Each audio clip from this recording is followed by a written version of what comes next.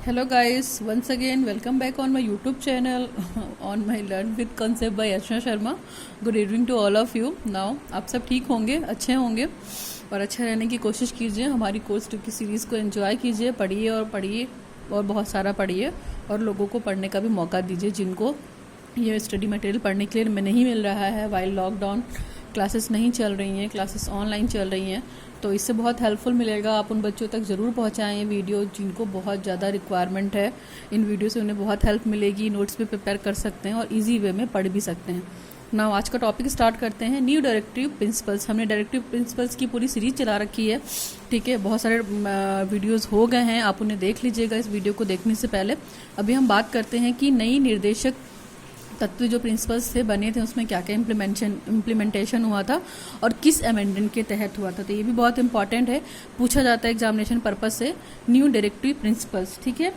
तो इसमें देखिए हम बता रहे हैं आपको द 42 है ना, 42 है, 42 अमेंडमेंट एक्ट ऑफ 1976, यानी कि जो 42वां संशोधन हुआ था राज्य मतलब इंडियन कॉन्स्टिट्यूशन में, वो 1976 में हुआ था. आपको पता है ये चीज़ पहले भी आ चुकी है कि 42वां संशोधन जो हुआ था 1976 में, उस समय 4 न्यू डायरेक्टिव प्रिंसिपल को ऐड किया गया था. 4 न्यू डायरेक्टिव प्रिंसिपल उस समय ऐड हुए थे. किसमें? डायरेक्टिव प्रिंसिपल में. तो हम यहाँ पे जो ओरिजिनल लिस्ट है उसी के बारे में बात करते हैं. They require the state. तो पहला देखिए, पहला आर्टिकल क्या ऐड हुआ था या पहला डायरेक्टिव प्रिंसिपल आप कह सकते हैं क्या ऐड हुआ था. To secure the opportunity for the healthy development of the children, यानी कि प्रत्येक बच्चे को ये अपॉर्चुनिटी दी जाएगी कि वो अपने स्वास्थ्य से रिलेटेड, अपने विकास के लिए, अपने हेल्दी लाइफ को जीने के लिए उसको एक अपॉर्चुनिटी दी जाए सिक्योर तौर पर, ठीक है. ताकि हर बच्चा देश का क्या हो, स्वस्थ हो और अपनी स्वस्थ रहे और अपनी पढ़ाई को अच्छे से कंटिन्यू कर सके. यानी कि कहाँ किसके बारे में बात की गई है? हेल्दी डेवलपमेंट ऑफ चिल्ड्रन, ठीक है. स्वास्थ्यवर्धक विकास किसके बारे में? बच्चे के बारे में. उसको प्रॉपर तरीके से अपॉर्चुनिटी दी जाए, ये आर्टिकल 39 में है, ठीक है. Now we come to the point number 2. To promote the equal justice and to provide free legal aid to the poor. Article 39A, ठीक है. तो आर्टिकल 39A क्या कहता है? आर्टिकल 39 ये कहता है कि हमें जो न्याय दिलाना है वो समान तरीके से दिलाना है. यानी कि जो देश के गरीब लोग हैं, जो किसी चीज़ से पीड़ित हैं या किसी तरीके का उनके साथ उनके अधिकारों का हनन हुआ है या शोषण हुआ है और उन्होंने कोई केस दायर कर रखा है या याचिका लगा रखी है, तो उसके लिए गवर्नमेंट स्टेट लेवल पे ये काम करना है कि उनके लिए पर्टिकुलर कोई वकील हायर कर दे जिसका पेमेंट स्टेट गवर्नमेंट दे और उनको भी सामाजिक तौर पे बराबर न्याय दिया जाए, ठीक है. इसके बारे में बात की गई है, ठीक. ऐसा ना हो कि वो पुअर है तो उनको न्याय ना मिले, ठीक, और जो अमीर लोग हैं उनको न्याय मिल जाए, हायर कास्ट के लोग हैं उनको न्याय मिले. तो ये चीज़ नहीं है. डायरेक्टिव प्रिंसिपल इस बारे में बात करती है कि जो देश के गरीब नागरिक हैं उनको भी बराबर न्याय मिलना चाहिए और जो एड होता है, जो लीगल एड होता है, उसकी थोड़ी सी हेल्प करनी चाहिए. नेक्स्ट है हमारा, और ये बात आर्टिकल 39A कहता है. 39 में अपॉर्चुनिटी मिली बच्चों को स्वस्थ बनाने के लिए और 39A में क्या मिला? गरीब लोगों को न्याय दिलाने की बात की गई. तो आप इस तरीके से याद करेंगे तो इजी वे में याद हो जाएगा 39 और 39A, ठीक. नाउ नेक्स्ट है to take the steps to secure the participation of workers in the management of industries. यानी कि जो हमारे कंट्री में बड़ी बड़ी इंडस्ट्रीज़ हैं, स्टेट में जो बड़ी बड़ी इंडस्ट्रीज़ हैं, तो उनके मैनेजमेंट को क्या करना चाहिए? अपनी इंडस्ट्रीज़ में जो वर्कर्स हैं उनको पार्टिसिपेट कराना चाहिए ताकि क्या हो, वो भी वर्क में इन्वॉल्व रहें, थोड़ा अनएम्प्लॉयमेंट कम हो और उनको भी काम की नॉलेज हो. ऐसा नहीं है कि जो काम करने लायक हो आप उन्हीं करो. तो वर्कर को भी पार्टिसिपेट कराना चाहिए, केवल मैनेजमेंट ही पार्टिसिपेट ना करे हर तरह की चीज़ों के लिए. तो ये भी एक तरह का स्टेप लिया गया था. ये स्टेप लिया गया था आर्टिकल 43 के ए में. Now we come to the article 48A. तो to protect and improve the environment and to the safeguard forest and the wildlife. यानी कि जो प्रकृति ने आपको वातावरण दिया है आप उसको सुरक्षित रखिए, उसको साफ सुथरा रखिए, प्लांटेशन करिए, हरा भरा रखिए, ग्रीन एंड नीट अच्छा लगता है, green city and clean city अच्छा लगता है, ठीक है. और आपको जो जंगल और ये वाइल्ड लाइफ सेंचुरी हैं, ये सारी चीज़ें हैं, इनको आप प्रोटेक्ट कीजिए, ठीक है. इनको किसी भी तरीके से हानि मत पहुँचाइए. डायरेक्टिव प्रिंसिपल आपका ये कहता है. ऐसे इस तरह से तो बहुत सारे लॉ और एक्ट बन गए हैं कि अगर आप नेचर को हर्ट करते हैं तो आपके लिए पेनल्टी है, आपके लिए पनिशमेंट है. तो आप इस चीज़ का भी ध्यान रखें कि जो वातावरण है उसको आपको सुरक्षित रखना है. यानी कि क्या, नॉइस पोल्यूशन फ्री रखना है, पोल्यूशन फ्री रखना है और अच्छी चीज़ों को लगाना है. यानी कि प्लांटेशन कर सकते हैं आप, जगह जगह पौधे लगा सकते हैं, जिससे क्या होगा, ऑक्सीजन साइकिल बैलेंस होगी हमारे एटमॉस्फेयर की. तो इन सब चीज़ों को भी ध्यान देना. ये आर्टिकल 48 ये कहता है, ठीक है. Now we come to the next. इसमें बात करते हैं क्रिटिसिज्म और डायरेक्टिव प्रिंसिपल। आपको पता है कि इन्हीं सब चीज़ों की वजह से डायरेक्टिव प्रिंसिपल को क्रिटिसाइज़ किया गया है। ठीक है, क्रिटिसाइज में बहुत सारी चीज़ें बात आती हैं कि जब सबसे पहला देखिए क्रिटिसाइज़ क्या है।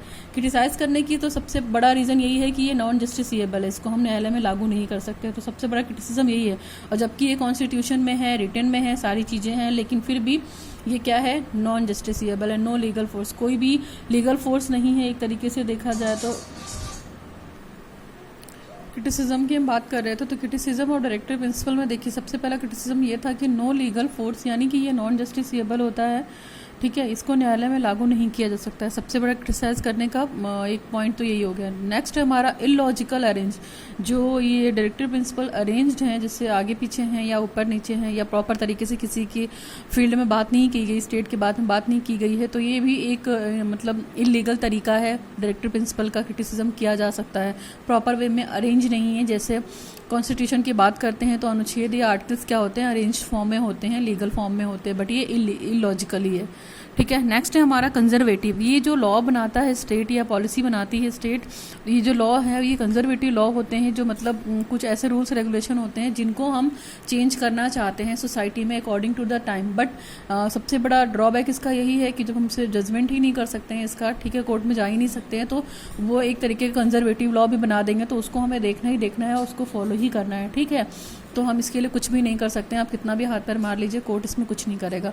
नेक्स्ट है हमारा कॉन्स्टिट्यूशनल कन्फ्लिक्ट, यानी कि जो संविधान में संघर्ष है उसके बारे में भी बात करता है। यानी कि संविधान में संघर्ष इन द सेंस में कि ये अपनी आइडेंटिटी को बनाने के लिए कन्फ्लिक्ट कर रहा है। जैसे फंडामेंटल राइट के क्या है, अपनी आइडेंटिटी है, वो कॉन्स्टिट्यूशन में है और ये भी कॉन्स्टिट्यूशन में है, लेकिन उसको न्याय में पेश किया जा सकता है, इसको पेश नहीं किया जा सकता, तो ये भी क्या है, अपनी इमेज को बनाने के लिए एक तरीके से संघर्ष कर रहा है। नेक्स्ट इसमें मिनर्वा मिल्स केस आया था, ये बहुत इंपॉर्टेंट है, मिनर्वा मिल केस।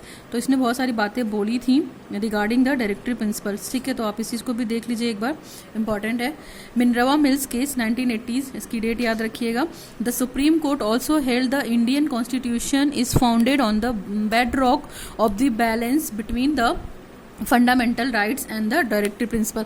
देखिए सुप्रीम कोर्ट भी इसको मतलब इस पर बॉन्ड लगा सकता है कि जो हमारा भारतीय संविधान में अगर इसमें गलत चीज़ें मिलती हैं, जैसे कि फंडामेंटल राइट में और डायरेक्टिव प्रिंसिपल में कोई बैलेंस नहीं हो पाता। ठीक है, फंडामेंटल राइट की अगर हम बात करते हैं, जो मौलिक अधिकार हैं हमारे, तो इसको हम पूरी तरीके से कोर्ट में लागू कर सकते हैं। ठीक है, और जैसे नकारात्मक बातों को भी राज्य क्या करता है, करना ही पड़ता है, और इसमें समावेश है। और देखा जाए तो जो फंडामेंटल राइट है हमारे, जो मौलिक अधिकार हैं, वो आपकी अधिकार है, उनके लिए आप जाकर लड़ सकते हो अगर किसी भी अधिकार का आपका हनन होता है या शोषण होता है। क्यों, उसमें लॉज भी इन्वॉल्व हैं, कानून भी इन्वॉल्व हैं। वो देखा जाए तो आर्थिक मतलब सोशोनॉमिकल, इकोनॉमिकल, पॉलिटिकल तौर पे आपको फेवर करते हैं, ये नागरिकों के लिए भी हैं। और सभी मूल अधिकारों को क्या करते हैं, लागू भी कर दिया जाता है। और इसका क्षेत्र देखा जाए तो बहुत लिमिट में है, कि मतलब जितने भी हमारे फंडामेंटल राइट हैं वो क्या है, एक तरीके से बिल्कुल लिमिट है, और उसको हम 6 अधिकार हैं, हम उन 6 अधिकारों का यूज़ कर सकते हैं। लेकिन डायरेक्टिव प्रिंसिपल के साथ तो ऐसा नहीं है। इसमें स्टेट क्या करता है, डायरेक्शन देता है नागरिकों के हितों के लिए। ठीक है, फिर डायरेक्टिव प्रिंसिपल क्या करता है, एक फटाफट रूल बना देगा स्टेट पॉलिसी के अकॉर्डिंग, जनता उसको फॉलो करती है कि नहीं करती है, वो जनता के लिए बेटर है या नहीं है, उस पर इम्प्लीमेंटेशन नहीं होगा। और इसका जो डायरेक्टिव प्रिंसिपल है उसका जो एरिया है बहुत ब्रॉड है, इसमें चेंजेस होते रहते हैं, और अभी भी बहुत सारे ऐसे डायरेक्टिव प्रिंसिपल्स बनते हैं और बन जाते हैं। ठीक है, तो ये क्रिटिसिज्म हो गया। नेक्स्ट है हमारा दे together the constitute the core of the commitment of the social revolution. जो सामाजिक क्रांति की बात करते हैं कि ये एक साथ मिलकर अगर डायरेक्टिव प्रिंसिपल और हालांकि डॉक्टर भीमराव अंबेडकर ने कहा था कि दोनों की एग्जिस्टेंस अपनी अपनी जगह है, लेकिन हम डायरेक्टिव प्रिंसिपल को डिनाई नहीं कर सकते हैं। जैसे हम फंडामेंटल को एक्सेप्ट कर रहे हैं, हमें डायरेक्टिव प्रिंसिपल को भी एक्सेप्ट करना पड़ेगा। तो जो समाज में अगर दोनों अगर एक साथ कॉन्स्टिट्यूशन में इन्वॉल्व कर दिया जाएगा तो एक तरीके का क्या हो जाएगा, सोशल रिवोल्यूशन, यानी कि सामाजिक क्रांति आ जाएगी। नेक्स्ट है हमारा this harmony and the balance between the two. इन दोनों के बीच में अगर बैलेंस हो जाएगा तो बहुत खुशी की बात होगी, और ये एक एसेंशियल फीचर हो जाएगा किसका, हमारे भारतीय संविधान का। जैसे एसेंशियल फीचर क्या था हमारा, सोशलिस्टिक था, सेकुलर था, we are the people of India, जो मैंने प्रियम्बल पढ़ाया था आपको, तो बहुत सारे फीचर्स पढ़ाया था। फ्रेटर्निटी था, लिबर्टी था, जस्टिस था, economic, social and political level पे बात की थी। तो अगर डायरेक्टरी प्रिंसिपल और फंडामेंटल प्रिंसिपल को इन्वॉल्व कर दिया जाए, दोनों का बैलेंस प्रॉपर हो जाए हमारे भारतीय संविधान में, तो ये भी क्या होगा, एक बेसिक स्ट्रक्चर के तौर पे कॉन्स्टिट्यूशन के लिए आ जाएगा और बहुत एसेंशियल फीचर हो जाएगा। नेक्स्ट है हमारा the present position is that the fundamental rights enjoy supremacy. Fundamental का अपना एक राइट्स है, उसकी सुप्रीमेसी है ओवर द डायरेक्टरी प्रिंसिपल के कंपैरिजन में। ठीक है, तो अभी हम बात करते हैं कि क्या इंपॉर्टेंट आर्टिकल हैं, important articles related to DPSP. ठीक है, तो पहला आर्टिकल देखिए, आर्टिकल 36 है। I have discussed between the यहाँ पे भी मैं important articles related to DPSP discuss कर रही थी, तो उसमें कुछ आर्टिकल्स बता दूं आपको, ये भी इंपॉर्टेंट है, आप इन्हें ध्यान रखिएगा। आर्टिकल नंबर 36, तो आर्टिकल नंबर 36 में पता है आपको कि स्टेट की डेफिनेशन है, स्टेट को डिफाइन किया गया था कि स्टेट को क्या क्या अथॉरिटी मिली है अपने लेवल पर रूल्स, लॉ और पॉलिसीज़ बनाने के लिए। किसके लिए? सिटीजन के लिए, जितने भी भारत के नागरिक हैं उनके लोक कल्याण के लिए, उनके हित के लिए वो लॉ और पॉलिसीज़ को बनाते हैं डीपीएसपी में। नाउ नेक्स्ट है हमारा article 37, application of the principles content in the part. ये भी क्या है, 36 और 37 को एक साथ कंसीडर कर सकते हैं आप कि 36 में स्टेट की बात की गई है और 37 में क्या गया है, जो स्टेट से रिलेटेड जितनी भी एप्लीकेशन है, जितने भी सिद्धांत है, वो इसी पार्ट में आएंगे। तो ये भी क्या है, ये भी एक स्टेट का पार्ट है। 36 और 37 आप कंटेक्स्ट ऑफ स्टेट के तौर पे याद कर सकते हैं कि पहले मैं स्टेट की डेफिनेशन बताई है 36 में, और उसके बाद स्टेट का जो भी पार्ट है, जो भी सिद्धांत है या जो भी एप्लीकेशन है, उसके बारे में बात की गई है। नाउ नेक्स्ट है हमारा आर्टिकल 38। तो आर्टिकल 38 क्या करता है, state to secure a social order for the promotion of the welfare of the people.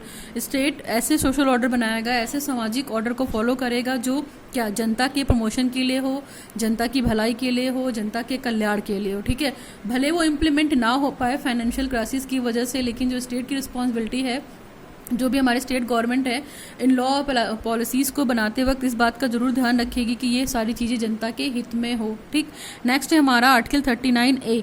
39A ये कहता है कि equal justice and free legal add, यानी कि किसी गरीब को हम समान न्याय दिलाने की बात करते हैं, अगर उसके पास वकील नहीं है, उसके पास किसी तरह के काउंसलर नहीं है या कोई लीगल एड नहीं है, तो गवर्नमेंट की कोशिश क्या होगी कि उसे सामाजिक न्याय दिलाया जाए और समान न्याय दिलाया जाए, क्या लीगली तौर पे, और कुछ हेल्प भी की जाए फाइनेंशियली ना। नेक्स्ट है हमारा आर्टिकल 40। तो आर्टिकल 40 देखिए, ऑर्गेनाइजेशन ऑफ विलेज पंचायत था, और गांधी जी ने गांधी जी से भी रिलेटेड था। जब मैंने गांधीज्म प्रिंसिपल पढ़ाया था आपको, गांधीवादी सिद्धांत पढ़ाया था, तो उसमें आर्टिकल 40 पढ़ाया था आपको, और उसमें ये बताया था कि यहाँ पे उन्होंने मतलब पंचायत की स्थापना की बात की है। देखिए, ग्राम पंचायत की स्थापना से क्या प्रॉफिट था, जो मतलब बैकवर्ड लोग थे, गाँव के लोग थे, जो रूरल एरिया के पीपुल थे, वहाँ के लोगों को छोटे छोटे उद्योग खोलकर, कुटीर उद्योग खोलकर, या जो कॉटेज इंडस्ट्री गांधी जी ने लगाई थी, उसके थ्रू जॉब मिलती थी, और जॉब के थ्रू वो थोड़ा सा अपने इकोनॉमिक कंडीशन को अच्छा कर सकते थे। तो इसलिए भी आर्टिकल 40 बहुत इंपॉर्टेंट है। ठीक है, देखिए आप इसका एक साथ याद करके पेयर में याद करेंगे तो इजी याद हो जाएगा। 36 और 37 जो है स्टेट से रिलेटेड है। ठीक है, 36 में आपने स्टेट को बताया और 37 में आपने स्टेट के पार्ट को बताया। फिर 38 में क्या बताया, 38 में जब आपका स्टेट सिक्योर हो गया तो आपने लोगों की भलाई के बारे में बताया और सोशल ऑर्डर बना दिए। ठीक, जब आपको सोशल ऑर्डर बन गया तो आपको बराबर न्याय मिलने की बात की गई। ठीक, और जब आपको बराबर न्याय मिला तो क्या हुआ, ग्राम पंचायत की स्थापना होगी। आप इस तरीके से इसको याद करेगा, जरूर याद हो जाएगा। ठीक है, now we come to the article next 42। ठीक है, 42 में बोला गया था कि जब आपको ग्राम पंचायत बन गया, ग्राम पंचायत मिल गई, तो आपको काम भी मिल जाएगा। मैंने बताया कि कॉटेज इंडस्ट्री अगर फॉर्म हो जाएगी या छोटे छोटे लघु कुटीर उद्योग की स्थापना हो जाएगी तो आपको जॉब मिल जाएगी। तो आर्टिकल 42 उससे थोड़ा सा आगे की बात करता है। आर्टिकल 42 ये कहता है कि provision for the just and human condition for work and maternity leave. तो यानी कि अगर आपको काम जो मिल रहा है, आपकी जो काम करने की कंडीशन होगी वो आपके हिसाब से हो, ये नहीं कि आप उस कंडीशन में काम कर रहे हैं जहाँ पे आप सर्वाइव नहीं कर सकते। यानी कि आपकी ह्यूमन कंडीशन होनी चाहिए आपके काम को करने के लिए। और दूसरी चीज़, मैटरनिटी लीव को बढ़ा देना चाहिए। ठीक है, नेक्स्ट है हमारा आर्टिकल 44। आर्टिकल 44 क्या करता है कि कुछ यूनिफॉर्म सिविल कोड बना दिए गए थे, किसके लिए, नागरिकों के लिए। नेक्स्ट है हमारा आर्टिकल 45। देखिए, आर्टिकल 45 आपको पता है पहले क्या था, free and compulsory education for the children of 6 to 14 years age. 6 से जो 14 साल के बच्चे थे उनके लिए फ्री एंड कंपलसरी एजुकेशन की बात की थी। लेकिन अभी ये फ्री एंड कंपलसरी एजुकेशन, ठीक है, आर्टिकल 45 से हटाकर आर्टिकल 21 अल्फा में कंसीडर कर दिया गया है, जो कि किस में है, हमारा फंडामेंटल राइट में आ गया, यानी कि बच्चे का जन्म सिद्ध अधिकार है कि जब वो पैदा होगा और अपनी प्राइमरी एजुकेशन करने के लिए फ्री रहेगा वो, ठीक है। उसको दिलाने से कोई रोक नहीं सकता, चाहे उसके पेरेंट्स हो, चाहे इंस्टीट्यूट हो, कुछ भी हो, वो प्राइमरी एजुकेशन को फ्री एंड कंपलसरी लेने के लिए फ्री है, ठीक है, कोई दिक्कत नहीं है। तो अब जाहिर सी बात है आर्टिकल 45 तो खाली हो गया, तो आर्टिकल 45 में उन्होंने क्या कर दिया, provision for early childhood care and education to children below the age of 6, यानी कि 6 साल से जो कम उम्र के बच्चे थे, यानी कि अर्ली चाइल्डहुड केयर उनको मिले, ठीक, और उनको भी शिक्षा मिले 6 साल से कम बच्चों के लिए। तो उन्होंने प्रोविजन बना दिया कि जो अर्ली चाइल्डहुड केयर सेंटर है वो उनमें उनकी केयर की जाए और उनके लिए शिक्षा भी मिले। लेकिन क्या जो एज रख दी है वो 6 से कम ईयर्स की एज के। तो आप इस चीज़ को भी याद रखिएगा, ये नहीं कि आप यही 6 से 14 वाला चलाते रहिएगा, नहीं, वो गलत हो जाएगा फिर, ठीक है। अभी 45 में 6 से कम उम्र के बच्चों के लिए, उनके पोषण के लिए और शिक्षा के लिए बात की गई है। नेक्स्ट है हमारा आर्टिकल 46। आर्टिकल 46 देखिए क्या कहता है, promotion of educational and economical interest. जो वीकर सेक्शन है हमारे SC ST and other weaker section, इनके लिए आर्टिकल 46 ये कहता है कि हमें इन्हें सामाजिक और आर्थिक तौर पे मजबूत बनाना है और इनको प्रमोट करना है शिक्षा के लिए, ठीक है। शिक्षा के साथ साथ प्रमोट करने के लिए इनकी आर्थिक स्थिति को भी अच्छी करनी है, इनके लिए जॉब के ऑफर भी देने हैं, ताकि जैसे बाकी लोगों को जॉब के ऑफर मिल रहे हैं तो इन्हें भी समान अवसर दिए जाएं, ठीक है। आर्टिकल 50 क्या कहता है, 50-50 मैंने आपको पढ़ाया था कि 50-50 का मतलब अगर 100 है तो 50-50 कर दिया तो इक्वल डिस्ट्रीब्यूशन हो गया। तो यहाँ पे उन्होंने सेपरेशन कर दिया, separation of judiciary from the executive, यानी कि न्यायपालिका का सेपरेशन कर दिया कार्यपालिका से। दोनों एक दूसरे के कार्य में हस्तक्षेप नहीं करेंगे, दोनों को अपने अपने कार्य को करने की अथॉरिटी है स्टेट लेवल पे, ठीक है, कोई दिक्कत नहीं है। तो इसलिए ये लोग बिल्कुल, इन लोग का रास्ता बिल्कुल अलग अलग है, दोनों को सेपरेट कर दिया, न्यायपालिका को भी और कार्यपालिका को। 50-50 से याद रखिएगा, 50 इधर चला गया, 50 इधर चला गया, ठीक है। Separation of judicial from executive. Now next art के लिए आपको पता है कितना सारा काम हमने कर लिया, तो प्रॉपरली हमने शांति की भी बात की थी। Promotion of international peace and security, यानी कि अंतर्राष्ट्रीय तौर पे हमें शांति की और सिक्योरिटी की कामना की है, और वो आर्टिकल 51 कहता है, ठीक है। तो मैंने यहाँ पे जितने भी न्यू आर्टिकल थे मैंने उससे रिलेटेड बात कर दी। अगर आपको इन आर्टिकल में दिक्कत होती है तो आप देख लीजिएगा, आप पेयर करके याद होंगे तो आपको इजी याद हो जाएगा, ठीक है। Now that is more all about the important article related to DPSP। यहाँ पे आपका DPSP वाला टॉपिक क्लियर होता है, ख़त्म होता है। मैंने सारे टॉपिक मतलब सारे छोटे छोटे पार्ट्स सारे कंसीडर कर दिए हैं, सब कुछ पढ़ा दिया है। फिर भी इन केस आपको कोई दिक्कत होती है तो you can ask me in my comment section. और मेरा वीडियो आपको अच्छा लगा हो तो प्लीज़ इसको लाइक कीजिए, शेयर कीजिए और सब्सक्राइब कीजिए। आज के लिए बस इतना ही करते हैं। आप पढ़ रहे थे अर्चना शर्मा के साथ in the channel learn with concept bye Archana Sharma. Thanks for watching the video. Signing off Archana Sharma.